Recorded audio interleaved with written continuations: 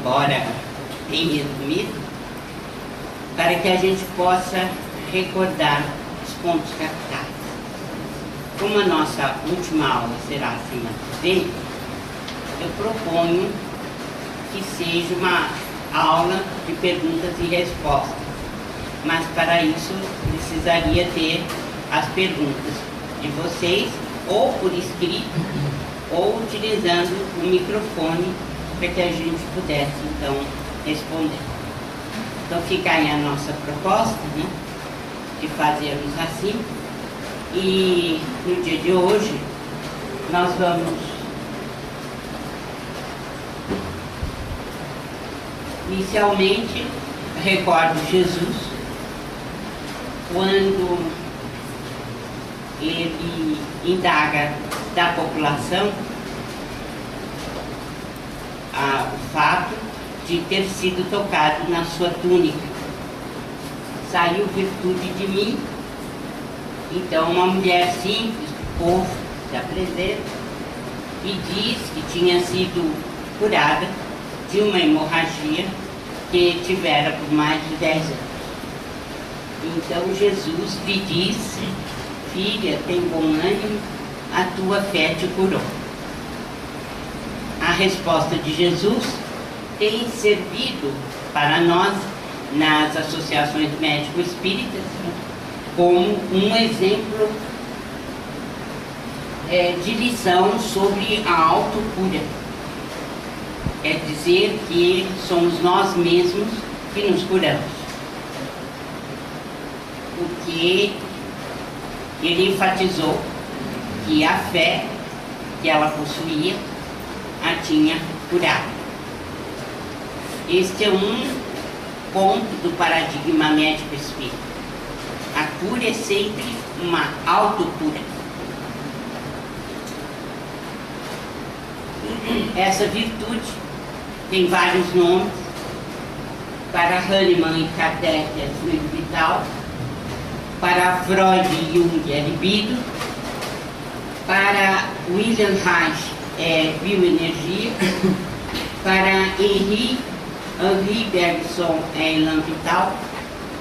Para Claude Bernard é ideia diretriz. Para William Crookes é força psíquica. Para Hernani Andrade é modelo organizador biológico, que é, na verdade, foi cunhado, na verdade, por Gabriel Delano. E Rupert Sheldrake, que fala mais atualmente, mais modernamente, sobre campos mortos. Lembrando também que Emmanuel compara o passe a uma transfusão de sangue, sendo que o reservatório, no caso da transfusão de sangue, é bem mais limitado. Todos sabem que nós podemos doar apenas 500 ml de sangue, ao passo que na transfusão que se opera no caso da energia vital, é possível doar muito mais que isso. Bem, o que é que se doa no jorei, no passe, na intervenção espiritual, no reiki, na imposição de mãos? O que é que se doa? Então a pergunta já vai para todos vocês, estou esperando a resposta. O que é que se doa?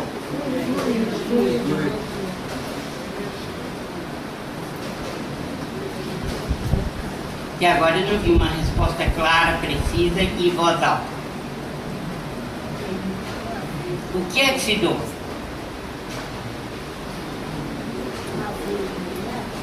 Hã? É o fluido magnético. Ele deriva da onde? Do fluido cósmico universal. Tudo quanto é matéria é formada pelo fluido cósmico universal. Então, o fluido vital não poderia ser de outra forma. Então, toda a matéria tem origem no mesmo elemento primitivo, o fluido cósmico universal. Bem, e o que é que se doa? Você doa o fluido universal modificado. É o plasma divino, é o hálito do Criador. Então, o passista doa o pensamento de Deus modificado. Por que o pensamento de Deus modificado? Porque o pensamento de Deus é o fluido cósmico universal. É o pensamento de Deus que sustenta tudo. Tudo que existe no universo é sustentado pelo pensamento dele. Então o passista pode dizer com muita alegria, com muito prazer, que ele doa o pensamento de Deus modificado. Quem modificou? Quem modificou o pensamento dele? O próprio passista. Pelo amor de Deus, a resposta tem que ser imediata. É o próprio passista quem modifica o pensamento de Deus ao assimilar o fluido cósmico universal.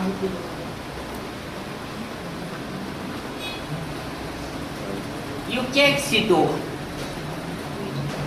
Quando Jesus disse, saiu virtude de mim, saiu o fluido magnético ou vital. E a doação do passista na casa espírita? É somente dele? Não é isso. É humano e espiritual. Então, o espírito, ele possui também a sua doação do fluido próprio dele, do ambiente em que ele está, em que ele vive. E isto, junto com o fluido do passista, é que pode levar à cura das pessoas. Então, o fluido é um veículo do pensamento. Os fluidos podem ser reparadores, calmantes, excitantes, irritantes, adstringentes, tóxicos, qualquer condição que nós tomarmos, quer dizer, e esses fluidos serem ou reparadores ou calmantes ou tóxicos, tudo isso vai depender da produção do encarnado, da produção do encarnado. E nós estudamos, né, o fato de plantas que morrem, né, animais que morrem em virtude de fluidos exalados pelos seres humanos.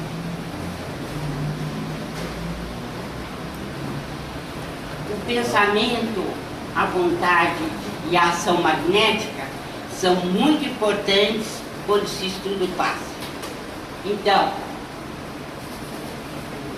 o pensamento nos confere algo que é eterno e que nos liga ao Criador. Através do pensamento, você co-cria. Você é capaz de influir na natureza e criar coisas, tanto para o bem quanto para o mal. E esses fluidos são os veículos dos pensamentos. Nós podemos ter esses pensamentos ou saber que eles são ondas supraluminais, além da velocidade da luz, e que o sentimento está ligado ao pensamento. E é ele que dá forma e natureza ao pensamento. Bem, nós aprendemos também sobre modalidades das curas. Até precisaria sentar para olhar, porque, bom, tem curas instantâneas e tem curas mais lentas. No caso da Marie Beilly, alguém se lembra que caso foi esse? O que aconteceu com ela? Ela foi curada onde? Em Lourdes. Na Gruta de Lourdes. que dizem que é o lugar onde apareceu Nossa Senhora, né? Muito bem. Ela chegou lá com o intestino totalmente tomado por tuberculose, né? E num estado péssimo, praticamente sem esperança de salvamento. E ela não pôde ser jogada na piscina porque ela não tinha força nenhuma. O que os voluntários fizeram com ela? Levaram ela na maca, que é próximo a essa piscina, a margem, a gruta. Isso. E aspergiram água da gruta no abdômen dela. E aí ela começou a murchar o abdômen, começou a se reequilibrar e ela saiu andando. E já saiu curada para Paris. Quem descreve é o médico Alexis Carrel, no seu livro Viagem à Luz. Ele foi um prêmio Nobel de Medicina, Dr. Carrel. Outro caso da Jane Smith, que demorou alguns meses para se curar. Ela tinha um câncer do quadril e do fêmur e ela estava desenganada. Mas aí ela foi ao santuário de um médico de cura e ela, em alguns meses, conseguiu se libertar do câncer. Então, nós vemos aí dois tipos de cura, um imediato e outro mais lento. As curas de Jesus eram instantâneas? Sim. A imensa maioria, né? Por quê? Por que Jesus curava instantaneamente?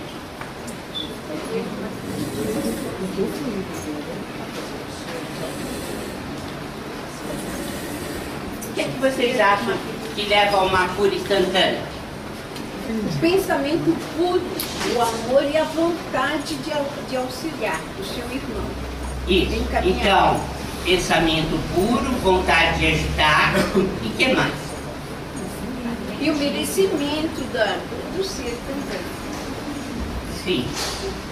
Mas nós estamos falando em relação ao patista, né? Grande quantidade de fluido. Grande quantidade de fluido. Velocidade na transmissão. Tudo isso tem que ser lembrado, né? Porque o nosso fluido não é igual ao de Jesus, mas a gente pode imaginar como é que era o dele. Não é o fato de não sermos iguais que nos faz, assim, tão distanciados do que ele foi, né? Então, realmente, a grande quantidade de fluido, a velocidade muito grande, né? E essa velocidade tem relação com a pureza de sentimento e de pensamento, né? Da emissão do pensamento dele. Então, a quantidade, a velocidade e a direção, né, fizeram praticamente as curas imediatas, né? Então,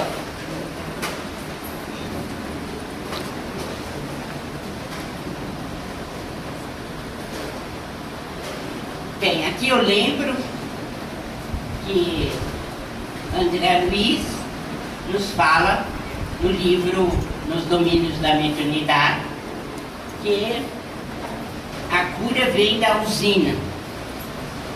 Que usina é essa? Pensamento e coração. Hã? Pensamento e coração. A usina. Ah, o usina Que é? é o Criador. O que é a usina?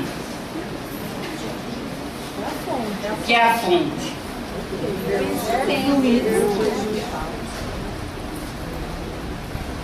É em Deus que nós temos que colocar, não? Porque toda a fonte vem de Deus, né? Então, O que o médium é?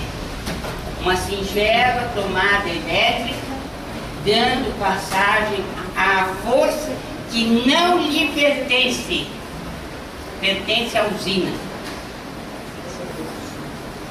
Isso deve nortear a vida toda do passista, toda. Para quando vierem os lives de personalismo, ele se manter fiel à sua ignorância, à sua simplicidade, que é essencial como médium.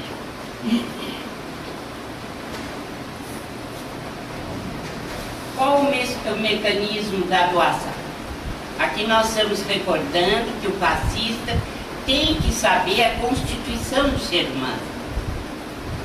Tem que ter uma ideia do que ele é constituído. Então nós recordamos que é alma, corpo mental, perispírito, corpo vital, e corpo causal e corpo físico. Tem que ter uma noção assim, para saber que a cura é muito complexa. Não é tão simples como a gente pensa. Não é para a gente ficar, né, escarafunchando como que se deu, como é o mecanismo, porque isso é muito difícil.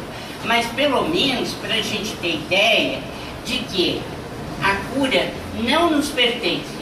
E mais que isso, né, que o problema da saúde não pode ser analisado de uma maneira simplória. Tem que ser analisado dentro do grau de dificuldade que é.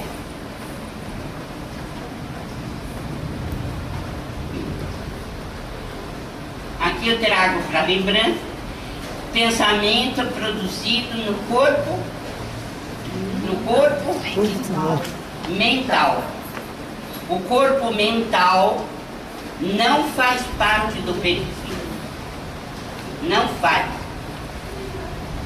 Ele é responsável pelos pensamentos. Na hora que o espírito se liga ao passista, ele o faz através do corpo mental.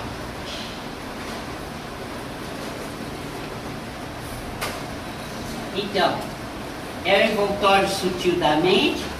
A sede da alma está no quarto ventrículo, segundo André Luiz. É o corpo mental que dá origem ao perispírito, segundo André Luiz. E a origem dos pensamentos está aí. Ela é a fonte dos pensamentos. O perispírito tem 7 centros de força: coronário, cerebral, laríngeo, cardíaco, esplênico, gástrico, genético. E qualquer desses chakras que estiver doente, desequilibrado, a partir do chakra é que se manifesta a doença.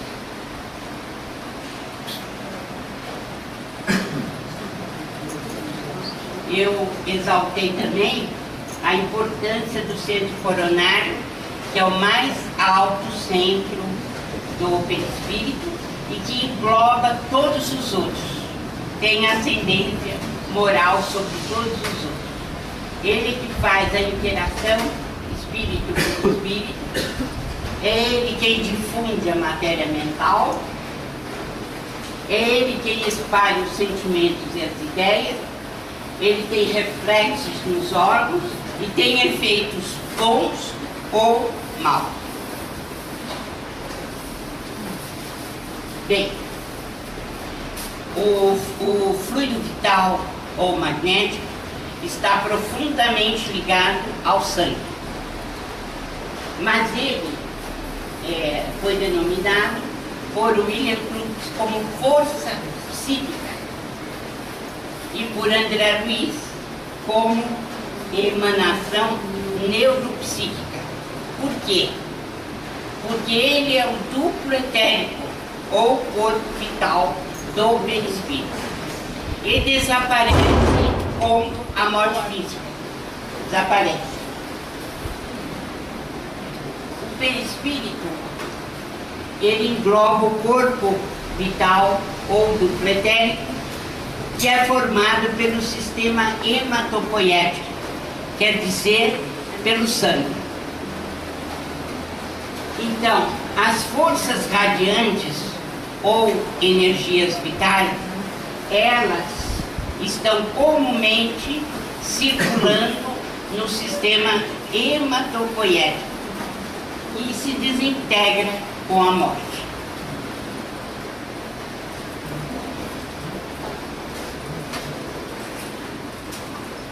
Quais são os chakras que estão ligados ao sistema hematopoético? É o chakra esplênico, né, que dá defesa e sustentação ao corpo físico através do sistema hematopoético.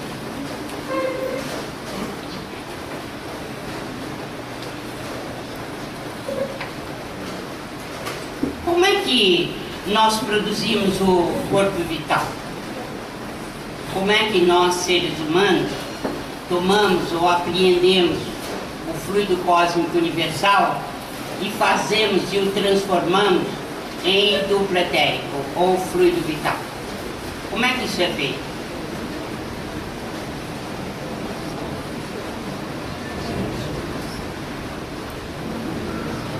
Está escrito aí.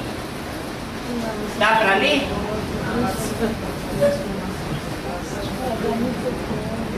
Nós inalamos o fluido cósmico. Não só inalamos, como recebemos através das frutas e da alimentação.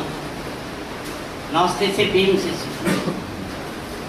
Então, nós é que temos aparelhagem nas células para transformar esse fluido em vital, que é próprio nosso.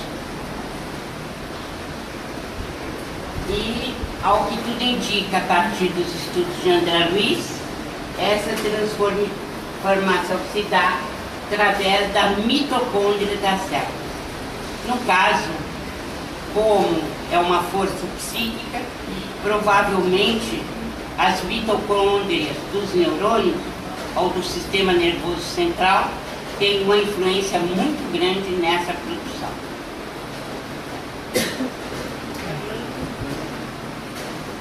O que é o corpo causal?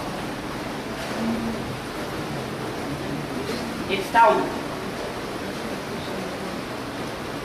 O corpo causal está onde? Faz parte do quê?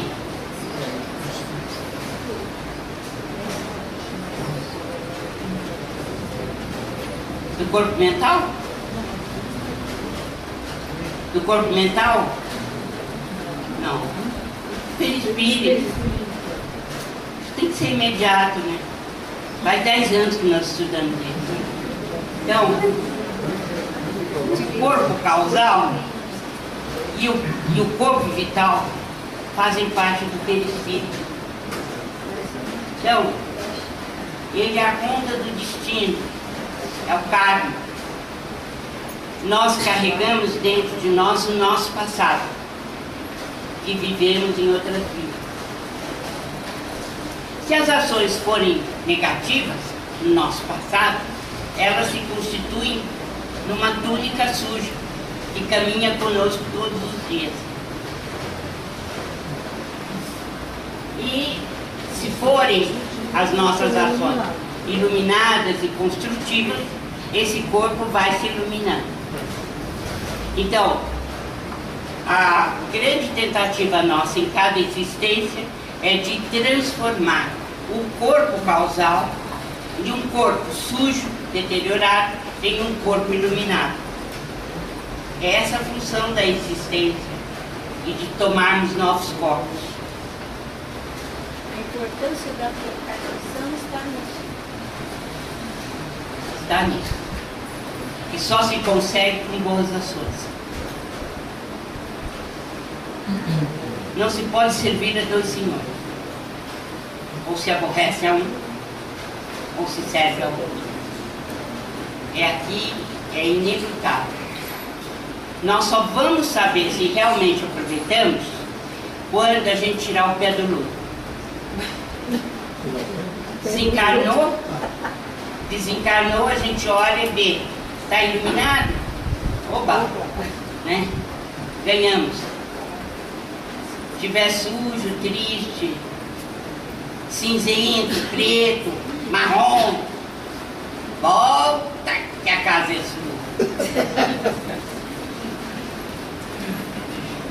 Então, chamei a atenção também do que Kardec considera como sendo doença e saúde na visão integral. Então, na Revista Espírita de março de 1868, em A Gênese, no capítulo 14, Kardec nos dá uma noção de que pode haver alteração dos tecidos orgânicos e, nesse caso, você precisa substituir uma molécula malsã por uma sadia. Ou pode haver um fator desagregador, que são os maus fluidos. E, nesse caso, você tem que ter uma ação expulsória desses fluidos. E existem as causas mistas, em que você tem a parte orgânica deteriorada e a parte fluídica também. Em todos esses casos, o passe é importante. Não é uma panaceia, mas é importante. E na cura espiritual, nós já vimos que é preciso a adesão da vontade do passista. Ele tem que aderir, tem que ter vontade de ajudar. Então, a adesão se dá pelo corpo mental, pelo centro coronário, pelo diencéfalo e pelo tálamo, que são estruturas do sistema nervoso central. E para que ele possa irradiar essas energias, tem que passar pelo seu sistema hematopoético. E aí, então, irradia o fluido vital para quem precisa. No caso, nós já vimos na outra aula, na passada, que o receptor é a mesma coisa. Você tem adesão da vontade do paciente. A alma escolhe a autocura. Esse é um capítulo que pertence a cada doente, a cada paciente. E o corpo mental, né, ele é importante porque o receptor, ele tem que ter sintonia com os doadores, tanto o passista quanto o mentor.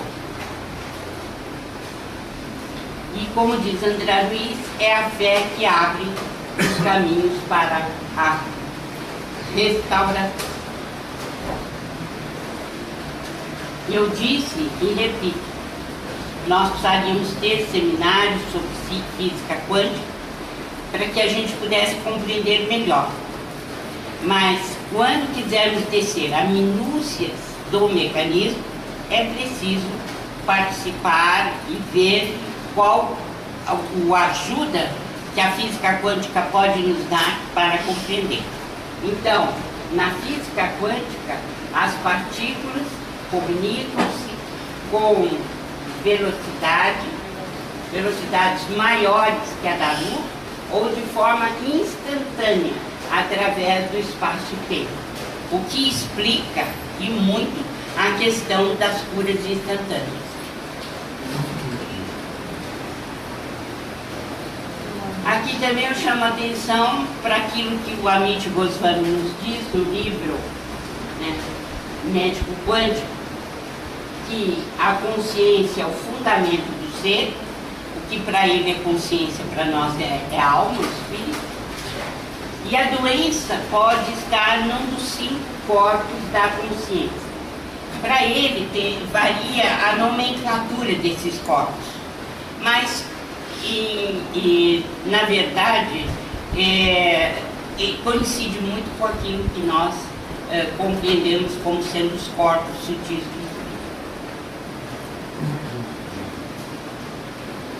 A cura quântica, ela vai depender do poder da fé, a alma do necessitado, do receptor que escolhe o processo de cura, E quando escolhe esse processo, tem condições de produzir neuropeptídeos para transformar a doença em saúde.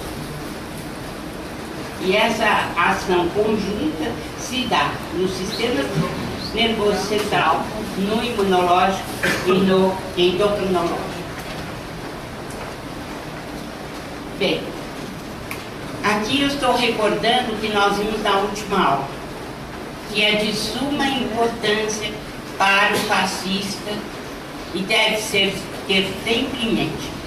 É o seguinte: o doente deseja ser curado. Sem estado de confiança, não há auxílio. Não há repercussão de um no outro. Sem fé, não há retenção do fluido vital. Não existe. Isso aqui eu considero fundamental para quem está fazendo o curso. Fazendo o curso e lembrando. Estabelecido o clima de confiança, qual acontece entre o doente e o médico preferido, cria-se a ligação sutil entre o necessitado e o socorrista, e por semelhante elo de forças, ainda imponderáveis no mundo. De nós não temos o hábito, não conhecemos quais são essas forças, não sabemos de que maneira se forma esse campo de repercussão do encarnado com o desencarnado e do encarnado com o encarnado. Então, por semelhante elo de força, ainda imponderáveis no mundo, verte o auxílio da esfera superior na medida dos créditos de um e de outro. Isto aqui é fundamental. O fascista tem que ter isso na mente. Em Mecanismos da Mediunidade, capítulo 22.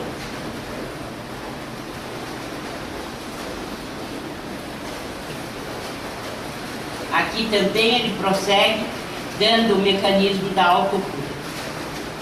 Ao toque da energia emanante do passe, com a supervisão dos benfeitores desencarnados, o próprio enfermo, na pauta da confiança e do merecimento de que dá testemunho, emite ondas mentais características, assimilando os recursos vitais que recebem, retendo-os na própria constituição físico-psicossomática através das várias funções do sangue. Esse é o mecanismo de autocura. O que vocês destacariam nessa frase que é importante? O que é importante nessa frase?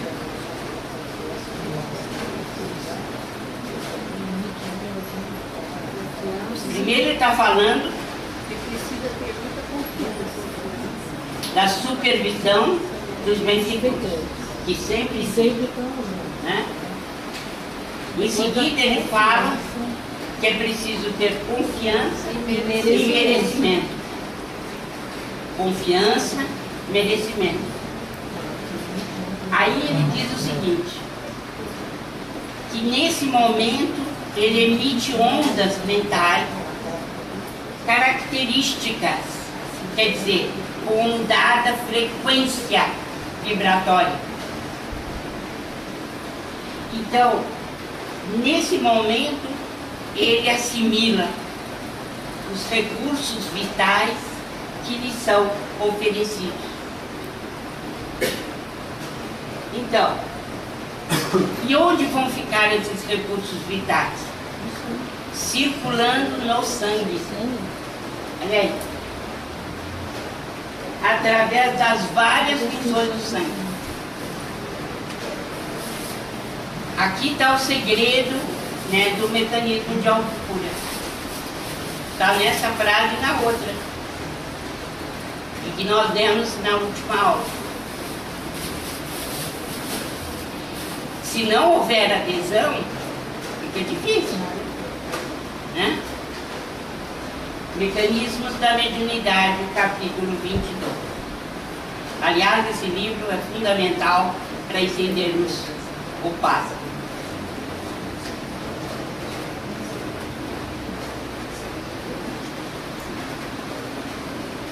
Então, o governo da mente sobre o corpo, a aceitação da intervenção, a centralização das forças nas células,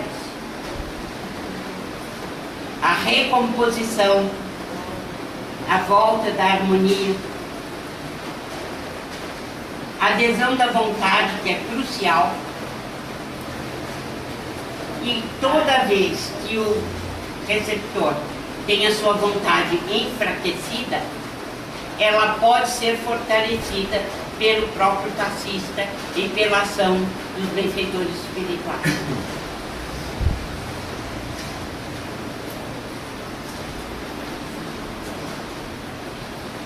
Leon Denis chama, e eu gosto muito, tratamento do passe é a medicina dos crentes e dos humildes. Não se paga nada, um ajuda o outro, né? E coloca o amor em movimento, porque o amor pode curar. E ele diz nos seus livros que a expansão dessa terapêutica será maior no futuro.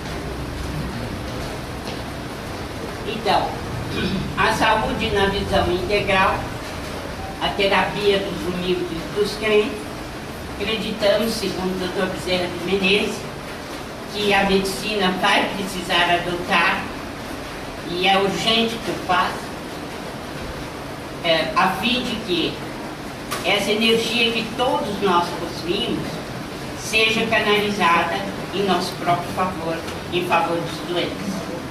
Então, é por isso que nós já temos, como vocês viram, os institutos de saúde que estão sendo introduzidos pela AME e também os serviços de capelania, como o do Hospital das Clínicas, que vocês tiveram referência, como Santa Maria Maggiore, também vocês devem ter tido referência, e outros hospitais de Belo Horizonte, de Goiânia e de Porto Alegre.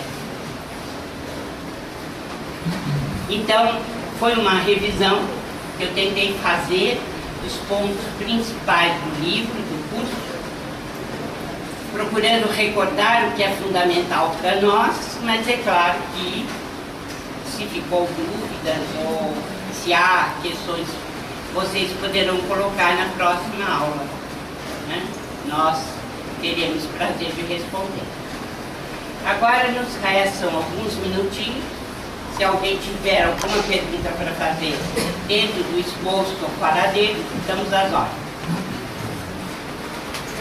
Pode falar alto, Luiz, um minutinho.